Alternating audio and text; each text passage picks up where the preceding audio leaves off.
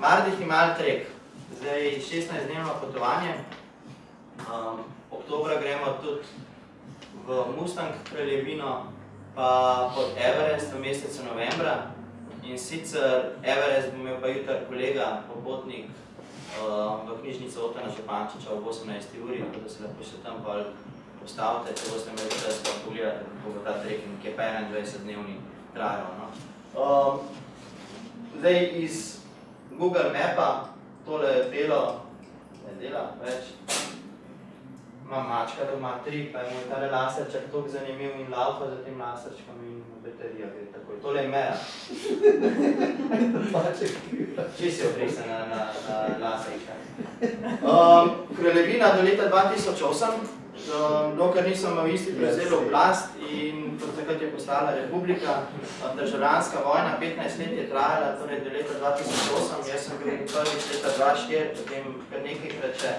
Tukaj je Everest, da si predstavljate, Dhaulagiri, pogorja Annapurna, visoka Himalaja, potem posrednji nizka Himalaja s Katmandujem, glavnim mestom, pa jug del Indo-Gangeškega nižavja, Terai se imenuje tam višina okoli 200 ali pa 100 metrov nad morjem. Zdaj, pot 16 dni izgleda takole, prileti se v Katmandu in do letos smo obiskali na jugo-zahodu nacionalni park Bardija, ki smo ga dali pa letos ven iz programa, ker je dosti odročen in zaradi samega leta pa nastanitve izredno drag postal, tako da obličamo tukaj nacionalni park Chitwan, potem se podamo v Pokharo, čudovita destinacija za tiste najlepše trekinge na svetu in tukaj je 6-dnevni treking pod goro, Sveto goro Mačupočare. Zdaj, Katmandu kot glavno mesto, pol milijona do milijon ljudi živi v sami dolini, zaščiteni strani UNESCO, 1300 metrov visoko. Dejansko ti en dan mine kot 1 ura, ogromno je raznih trgovin, vse je narejeno za turizem, ljudje izredno prijazni. 3 zadeve si bomo ogledali in seveda za lokalno turistično agencijo. Lahko bi nekoliko pocenili, mislim, da za $40 sam izlet, ampak mislim, da se splača dati vodnika poleg, ker ne vem, če bi kdo izvedel to, kakor z lokalnim vodnikom. In res gostje so še vedno bili navdušeni, ko nas pelje naokoli. Staro mestno jedro, kjer so nekoliko šteličevali kralje, tukaj noter je prebival. Danes je to mestno jedro, kjer je ogromno posvetne arhitekture, ogromno raznih templov. Govorimo seveda o hinduizmu kot primarni religiji. 85% Nepalcev je hindujcev, približno 10 je budistov. Verjamejo nešteto božanstvo. Med njimi je tudi deklica Kumari Devi. Tole je eden od svetih mož, ki vidi tujca na ulici, takoj pa laufa do tebe in ti nasred čela naredi piko in reče donacija, to da se ga mali izognete. Ampak tisti, ko je, da prav ti ne bo, tisti, ko pa so izključno zato, da te malo bolj prenesejo, pa jih boste takoj že nedaleč videli. Mislim, da tale ni narejen za to, da te bi bolj prenesel. Kumari Devi je ena deklica, kateri oni, živa deklica, živa boginja, katero zberejo za reinkarnacijo njihove boginje Kumari pri 4 letih in na to do svojega prvega mesečevega perila ima status boginje. Do takrat je ona zaprta v enem od templov, pokaže vsake toliko časa tujcem, 2krat na leto pride ven, ko je častijo na veliko, izključno v donaciji živi, fotografirati se ne sme, tako da je to iz kartice fotografija. Po svojem prvem mesečnem perilu izgubi status boginje in takrat lahko gre ona nazaj domov, ampak ironija je v tem, da jo ne želi nihče zaposliti, noben jo noče poročiti, zato ker ne bi prinašala nesreča. Do takrat ima pa najboljšo izobrazbo v Nepalu nasploh, častijo je pa kot boginjo. 32 psihičnih in fizičnih pogojev mora pa ta čas ponavljati.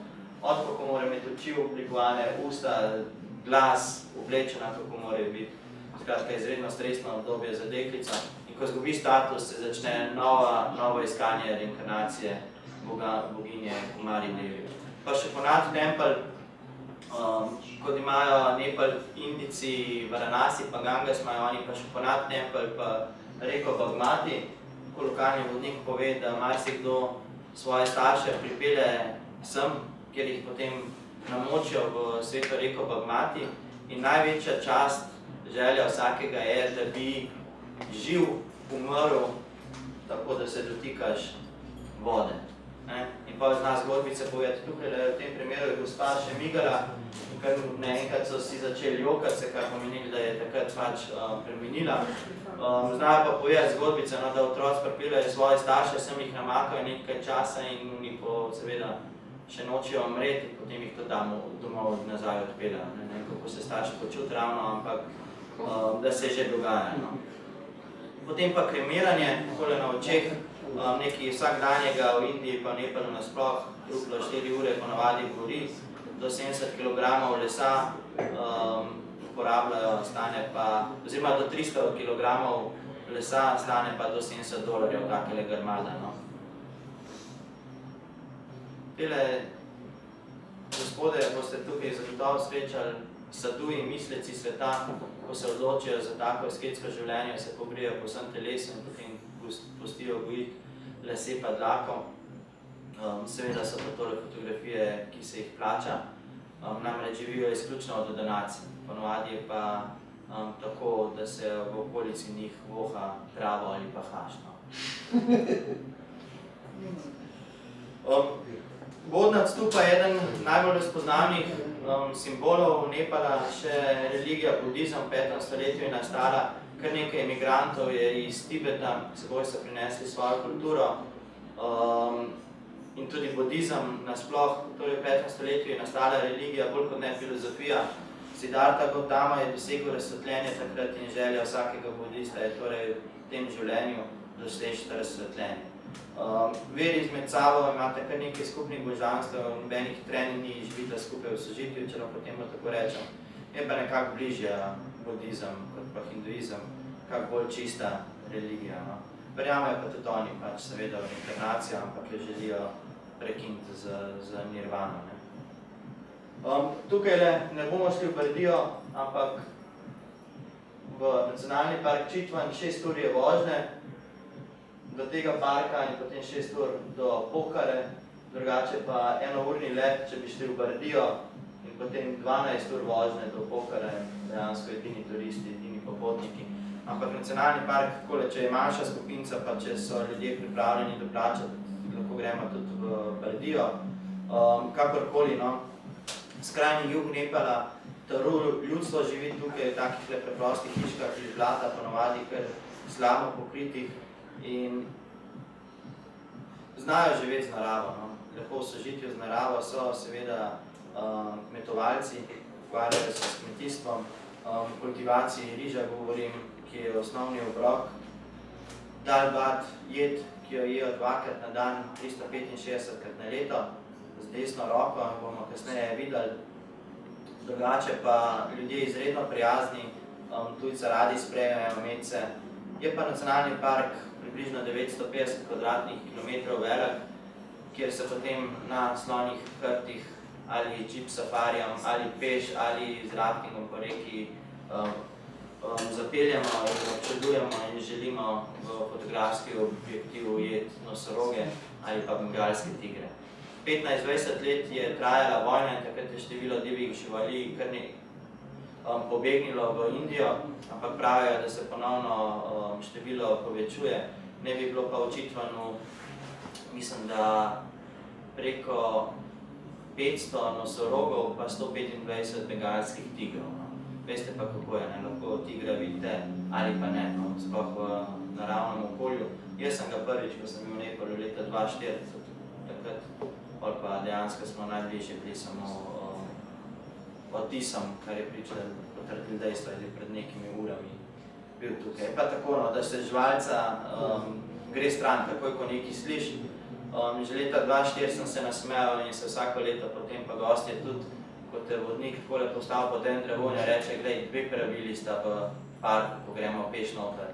Ena je, če te napade bengalski tiger, druga pa, če te napade ta slon pa nosorog. In zdaj, če te napade bengalski tiger, ga glej v oči, ne delati naglih giblov, pet lepo rikvrc nazaj. Če te pa nosorog, pa slon, pa samo laufi, kakor se da, pa še to cik-cak, pa splezi na kakšno drevo. In takrat sem se jaz vedno začnem smejati in potem oni še enkrat ponovijo. In dejansko je to res, če te bi žival napadla. Enkrat sem že bežal, ampak sreč, ko sem bil sam, je rekel, Matej, prid, boš boljšo fotografijo naredil na Soroga. Sem rekel, ne, gledaj, se ti verjamem. Rekel, prid, se ne bo nič. Stopam na vejo in v resnici je bilo to. In veja poč in ko začne taka kmota proti tebi laufati, ti misliš, da proti tebi laufa. Jaz sem sam laufal nazaj, nisem niti pomislil cik-cak, kje, ampak sreče šel pa on tudi v svojo smer. In potem, ko sem pogledal, kaj to so bila drevesa toliko široka, zruvana s korenino ven, ko je on špuro naredil. Tako da takrat ti ne pade na misel, da bi cik-cak laufal. Ampak samo laufaš. Žvalca se odmakne, res se odmakne in ponavadi, kje stojiš, se ustava za 2 uri, kakšno vodo popijaš, kakšno malco, ko imaš sabo, in lepo čakaš ob reki, ponavadi pridejo ob reko in jih potem tam fotografiraš.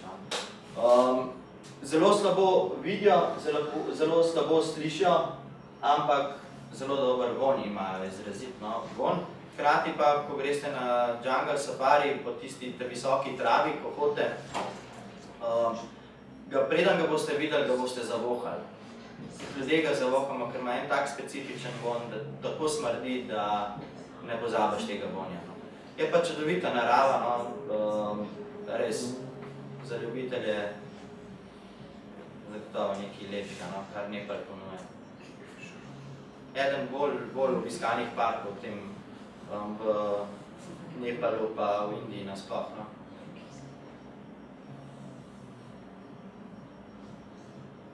6 ur vožnje z avtobusom do Pokhare, do tele točke.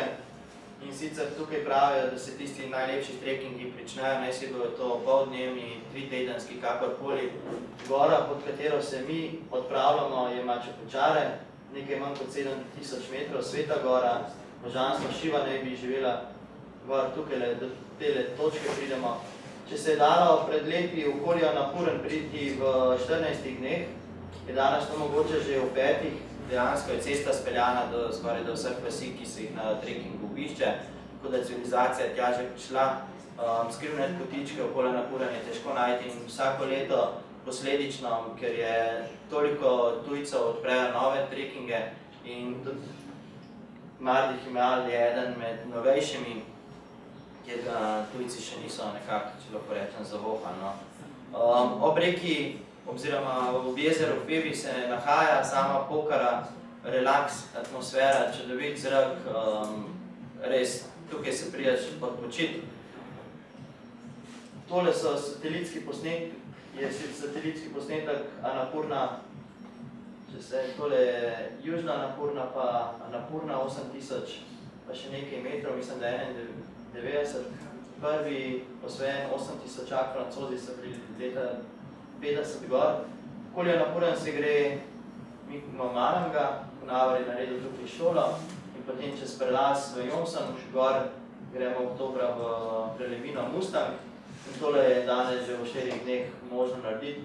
Tukaj po tele dolini se gre do baznega tabora pod Annapurno, mi pa bomo šli po grebenu nad samo reko gor in bomo imeli potem pogled pod goro Mačapučare na Annapurno, pa tudi na Dhaulagiri, kakorkoli. Mimo številnih vasic, magari, etnične skupine, ječmen, proso, riž uspeva tudi 3000 metrov visoko. Zdaj zagotavljamo vam, da dejansko bolj nepalsko kukar na tem trekingu ne bo šlo. Živimo pri domačinih, jemo to, kar nam fantje skuhajo, da ne bo pretežko. 3-krat na dan je obrok vključen v ceno in hkrati tudi nosači. Zdaj, marsikdo si želi nositi na svoj nahrbtnik 15-kilogramski ali pa 10-kilogramski. Ljudje se z nošenjem tovora v Nepalu ukvarjajo in preživljajo, tako da dajmo jim tistih $15, da ne zaslužijo, seveda pa na koncu kakšen priboljšek več dobijo od nas, pa tudi s kilažami ne pretiravamo. 2 brata sta, eden je lastnik tako imenovanega high campa, drug low campa in takole v takih posodah nastajajo prave dobrote. Žena od mlajšega brata, pri kateri potem prespimo v vasici nazaj grede, veseli, ko pridemo vsako leto Dalbat, obrok, sem ga že omenil, jejo vsak dan dvakrat na dan, leča, riž, nekaj zelenjave, z desno roko to jejo s takim užitkom, kot predstavljate si svojo najljubšo jed. Drugače pa nosači, prijazni, nekaj osnovnih fraz angleščine znajo, vodnik seveda angleško izučen. Zdaj, tam, kjer ni elektrike, seveda ne govorimo o topli vodi, kakšni pečki, karkoli, se takole kar v hiški za kur, seveda, da po 6 dneh smrdiš, potem letimo, ampak v Pohorju to lepo operaš. Preproste sobce, kaj boljšega ni, kot je tole žimnica, svoja topla spalka, pa kakšna deko, ko ti dajo spalko, pa to se da kupiti ali pa najeti v Nepalu brez problema. Vsako leto pa datum spremenim izključno zato, ker v oktobru oziroma novembru praznujejo v Nepalu največji praznik, in sicer Diwali oziroma Tihar. Popravijo 4-dnevni praznik, družinski praznik. Mi tako na trekkingu malo poplešamo z njimi, se poveselimo. Zmaga dobrega nad zlim. Nip. Je dobil kapco. Nip. Luštni so, res. Višina okoli 3700 metrov, to je bilo, ko so prvič z mojo, no. Potem pa višji, ko gremo, gozdna meja in tale zgodba od starejšega brata, prvič, ko sem bil sam, no, je tako zeblo, da so šla k njemu noter in vse je bilo zadimljeno, nič niso videla in se grejo do ognja pogret, zdaj ima že pečko gor, tako da se je zmoderniziral. In gledam čez dim, jokam se na veliko, ker ni dimnika in ga zagledam in rečem, kako ti pa ime, ne, v angleščini, pa še kadivje, ne. Tako vržge cigaret oziroma vdihne, pa mi reče, you may call me Smokey Man. Dimni človek. In dečko res vsak let nas pričakuje, si izmenjamo, mu dam fotografije, izredno prijazni, no. Potem pa samo še navzgor, spimo na 4000 metrov visoko, najvišje, kar dosežemo, je 4450 metrov razgledna točka. A ni čez to rohla? Kako? Ne, to je čist na drugi strani je napuranje to. To je direkt iz Pohorja navzgor. To je bilo, mislim, da 3 leta nazaj še nekaj snega bilo gor na razgledni točki. Drugače pa takole napurna, južna napurna, ki nam ves čas gleda družbo, potem v ozadju se fotografiri odkrije. Je pa to največje zaščiteno območje v Nepalu, preko 7000 kvadratnih kilometrov, 120 000 ljudi naj bi živeli in 50 vasi. Gre za sonaravni turizem, sonaravni razvoj, kjer hočejo turizem in zavarovanje narave nekako združiti. Čupočare, 6993 metrov visoka gora, ribi, repi pravijo, do takole nekako pridemo mi, potem se na eno strano napurno odpre, na drugo pa tale 6000-ak, kater pristop na goro je prepovedan, zato ker lokalna skupnost verjame, da naj bi na vrhu prebivalo božanstvo Šiva in res v 80-ih letih, mislim, da je bilo ali pa v 50-ih, se ne vem, naj bi 2 alpinista se 50 metrov pred vrhom obrnila iz spoštovanja lokalne skupnosti. No. Tako da takrat je pa potem vlada prepovedala kakršenkoli poskus pristopa na sam vrh, tako da je Sveta gora in kot Kajlaš nedostopna. Še takole po noč sem slikal brez stativa, fotoaparat sem dal na tla, ni bilo lune, ni bilo vira svetlobnega onesnaževanja in takole, kar je prišlo, vidite, na Čupočare.